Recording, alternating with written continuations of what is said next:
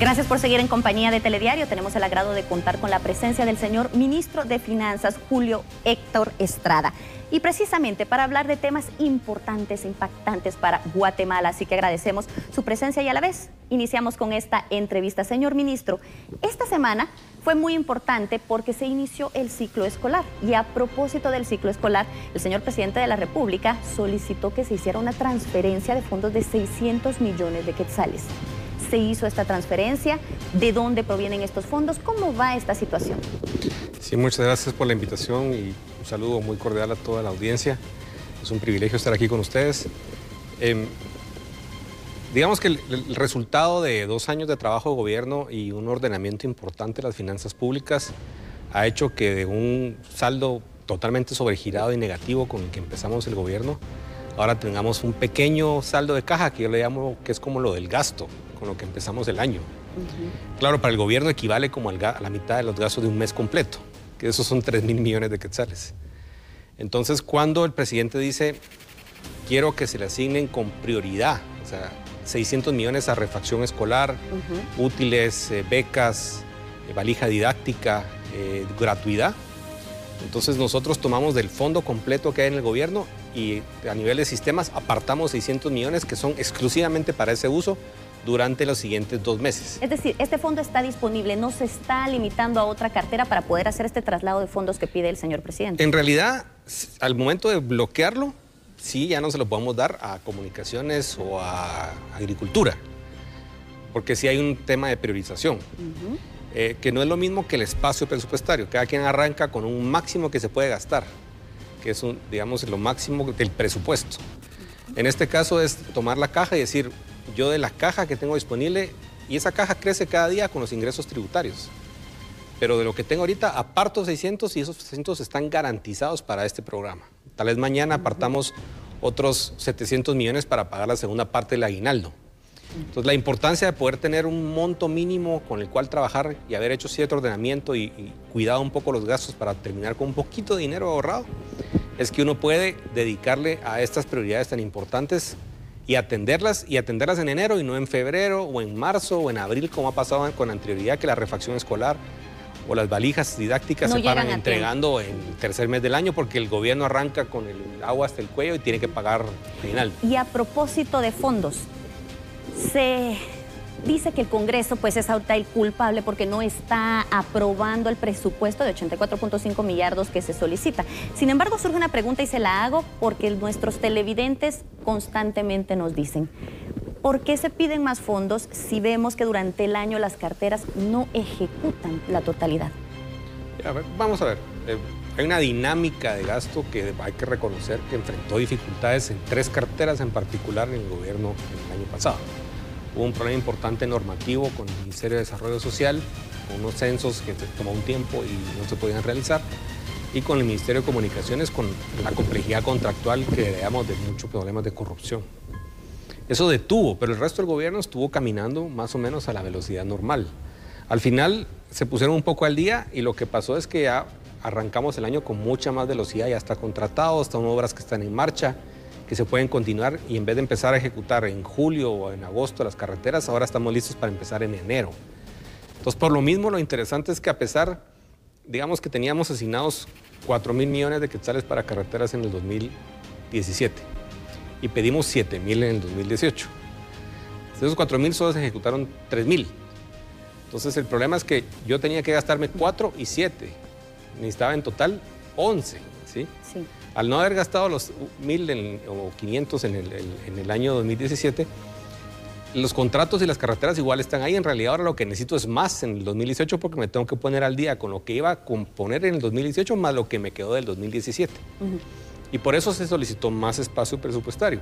Y aparte de un crecimiento normal en la cobertura, hay más servicios de salud, hay más temas en educación. Usted nos menciona que hay 3 carteras, digamos que en las que hubo más dificultades para ejecutar la totalidad del presupuesto. Si nos las puede repetir. Bueno, quienes ejecutaron más lento fue el Ministerio de Desarrollo, que tiene estos problemas, el Ministerio de Comunicaciones y el Ministerio de Cultura. ¿Y qué pasa con estos fondos que no se ejecutan?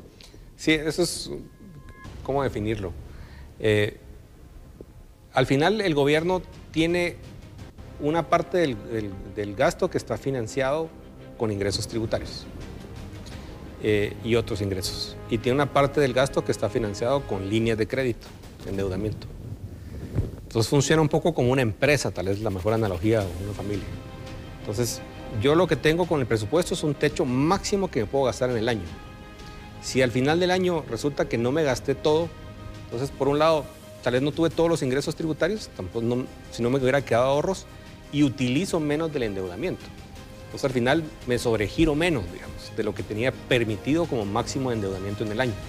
Entonces al final no es que se pierde el dinero, digamos, o se ahorra, digamos, porque quedan recursos, que es ese saldo de caja con el que arrancamos el año, o utilizo menos endeudamiento. Entonces en este año paramos usando menos deuda y paramos ahorrando un poquito de recursos. ¿Y hay alguna indicación o instrucción por parte del señor presidente de la República con respecto a las carteras que no ejecutan su presupuesto? Sí, definitivamente, digamos que el problema de ejecución es estructural, digamos, es un resultado de la lucha contra la corrupción y al mismo tiempo de la corrupción más que de la lucha, digamos, y de estar tratando de recalibrar un sistema que funcionaba de manera corrupta. Ahora que funciona bien, todo el mundo, y entonces todo el mundo realmente le pone atención a todos los detalles de los procesos que tiene que llevar de planificación, de los procesos de licitación, y de todas las condiciones. Nos encontramos con que tenemos una serie de leyes que son tremendamente descriptivas y genera un poco de temor, porque no solo es el Ejecutivo el que no está gastando todo su dinero, también el organismo judicial, el Ministerio Público, las descentralizadas, el IRTA, todo el mundo está teniendo problemas principalmente con la parte de obras físicas, porque ahora sí le ponen atención a cómo está inscrito el terreno, que esté a nombre del Estado, que se cumplan los requisitos de los permisos ambientales, los permisos de agua. Entonces, ese mayor régimen de cumplimiento está tomando un tiempo en que el Estado se adapte a ese nivel de cumplimiento mucho más estricto, y por eso esa parte de inversión es la que más ha sufrido. Y a propósito de administrar de la mejor manera los fondos, hay préstamos negociados con organismos internacionales. Y, por ejemplo, para el año pasado, para el sexto mes del año pasado, se hablaba de que habían por lo menos 12 préstamos que no se habían podido tocar. ¿Cómo va esta situación, los cabildeos con el Congreso de la República? ¿Cómo vamos con eso? Bueno, estamos comenzando desde el principio en las primeras interacciones que vamos a tener en las próximas semanas con el Congreso y que hemos tenido con los medios. Yo ya no le llamo préstamos, ahora le llamo programas de inversión, porque son programas de inversión multianuales. Y me explico. Por ejemplo, hay un préstamo del Banco Centroamericano que incluye 140 millones de dólares para construir cárceles. Yo sé que uno no quisiera tener que construir cárceles, pero hay una enorme necesidad porque el hacinamiento genera corrupción a sí mes y a su vez genera más criminalidad. Pero construir cárceles es un proceso que no se puede hacer de un día para otro, se tiene que hacer durante 3, 4, 5 años para ir construyendo, licitando, son obras complejas. Entonces el préstamo lo que me permite es decir, vamos a hacer un programa de tantas cárceles y está financiado con este préstamo, entonces ya no depende de la fluctuación o de la asignación de recursos en cada año o de cambio de gobierno, o depende de si la recaudación se cumple o no, sino que ya está fondeado. Y precisamente hablando de la recaudación, ¿cómo afecta a las finanzas de nuestro país que la SAT no llegue a la meta fiscal que se traza? Bueno, también eso es muy importante. En los últimos 2 años, 16 y 17, la recaudación en Guatemala creció casi por un pelito, 7,000 millones de quetzales más de lo que era en el año 2015. ¿Sí? Eso es una cantidad muy importante de crecimiento en la recaudación. Lo que pasa también es que habíamos fijado una meta determinada y solo se cumplió un 98%, en parte por factores macroeconómicos y por unos factores jurídicos y un efecto importante del tipo de cambio. Al final eso lo que nos hizo es que tuviéramos un poquito menos de ingresos. También por algunas razones en diferentes carteras nos quedó un poquito menos de gasto. Entonces lo que decía es que al final se va cuadrando. Al final tuvimos un poco menos de gasto y tuvimos un poco menos de ingresos, pero al final los ingresos crecieron más rápido que los gastos. Entonces ahorramos un poquito y utilizamos menos endeudamiento. Entonces, en general, hay cierta diferencia en la meta de recaudación que es administrable, porque uno puede utilizar, también ese su saldo de caja es un poco como el colchón. Una persona que trabaja y tiene ingresos que varían por comisión, digamos, tiene un poquito de dinero ahorrado, entonces si en un mes baja o sube un poco su recaudación, puede utilizar un poco sus ahorros. Entonces, lo que fallamos en la meta de recaudación que está en el presupuesto es una parte administrable, digamos, no No hay fallas como la que había en el 2015, que faltaban 5.000 de 50.000 millones de quetzales. Ahora faltaron más o menos 1.300 de 57.000. O sea, es una fracción más pequeña. Entonces se administra simple y sencillamente controlando los gastos y utilizando un poco los ahorros. Aquí en Telediario cada noche damos las noticias de accidentes de tránsito y en muchas ocasiones ocurre por responsabilidad, pero en otras nos manifiestan que es porque las carreteras se encuentran en mal estado. Y la pregunta es, ¿hay dinero realmente para reparar las carreteras? ¿Se van a reparar las carreteras? ¿Qué podemos esperar nosotros durante este año en cuanto a ese tema? Bueno, es importante que es una de las prioridades más grandes que tenemos en el tema presupuestario. Aun cuando tenemos solo el mismo presupuesto del año pasado, en las prioridades de reasignación de espacios, que ya estamos moviendo ahorita recursos de una carretera a otra, el tema de darle continuidad a los contratos de carreteras que se hicieron en la segunda mitad del 2017 es prioridad número 1. ¿Sí?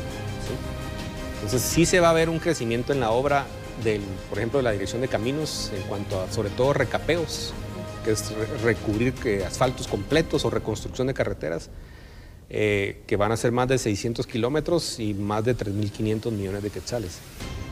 Necesitamos invertir 9.000 o 10.000 millones de quetzales y por eso habíamos pedido un presupuesto más grande, pero entendemos el mensaje del Congreso.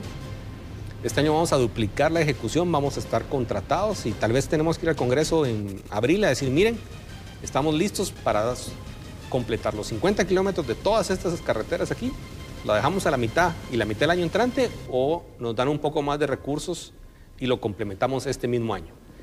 Y ese es un poco el plan que tenemos. Vamos a ir al Congreso con una propuesta de asignación presupuestaria, pero ya contratados. Es decir, ¿le damos al doble de velocidad a estas carreteras o le damos a la mitad de la velocidad? Y entonces, pero esa va a ser la decisión que tenemos que poder comunicar, Ministro, al Congreso. Sí, el tiempo se nos va como agua entre las manos, así que tengo una pregunta más.